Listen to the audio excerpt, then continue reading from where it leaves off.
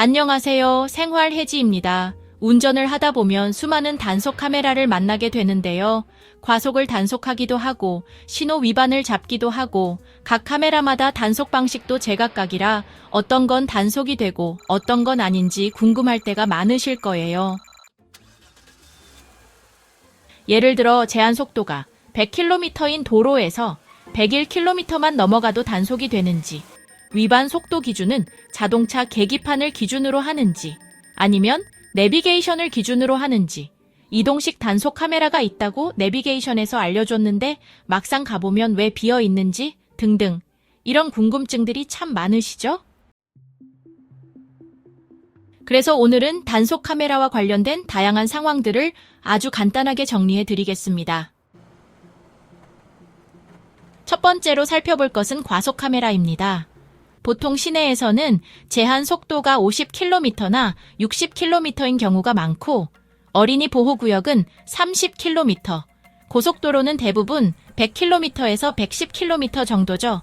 그런데 과속 단속 카메라가 이 속도를 정말 칼같이 맞춰서 단속하는지 궁금하신 분들이 많을 거예요. 특히 허용되는 오차 범위가 시속 몇 km까지인지가 궁금하실 텐데요. 인터넷이나 유튜브를 보면 정말 다양한 의견이 있습니다. 어떤 사람은 제한 속도의 10% 이하면 괜찮다고 하고 어떤 사람은 고속도로 100km 제한이면 120km까지는 봐준다고 하기도 하죠. 정보가 너무 많고 제각각이라 헷갈릴 수밖에 없습니다.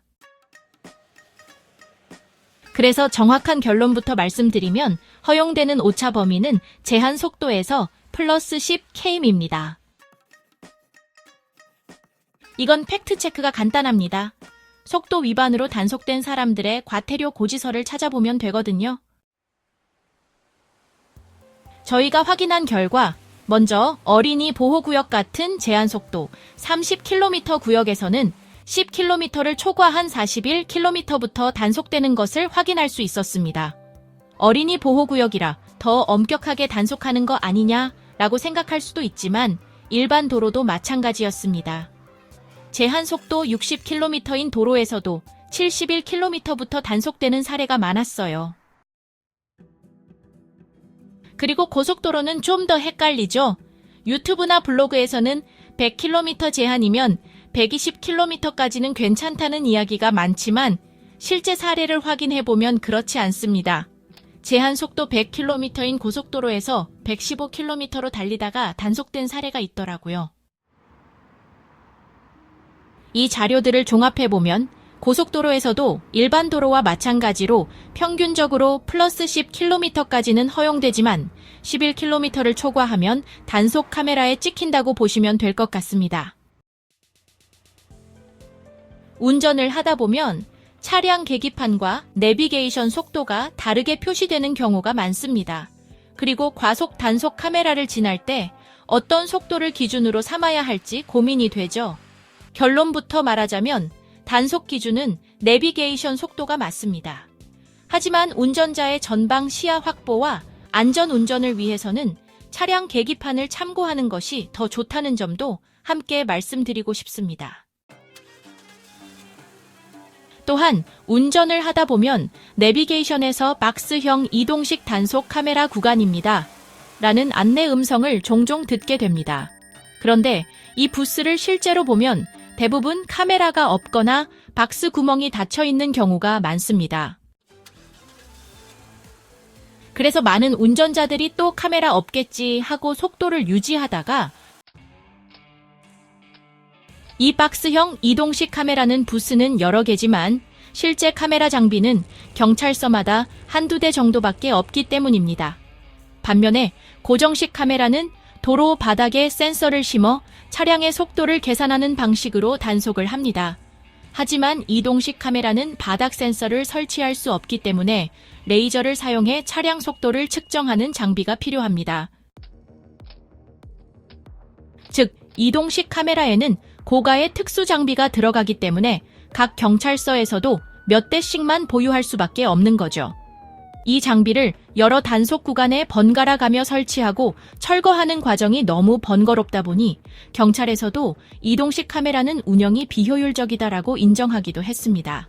그래서 실제 단속 카메라가 들어있는 경우가 많지 않은 것이죠.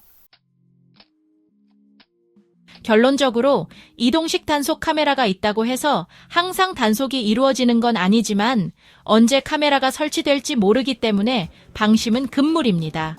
항상 제한 속도를 준수하면서 안전 운전하는 것이 가장 좋은 방법입니다. 또 한 가지 주목할 점은 경찰도 이동식 단속 카메라의 효율성이 낮다는 걸 인지하고 있다는 겁니다.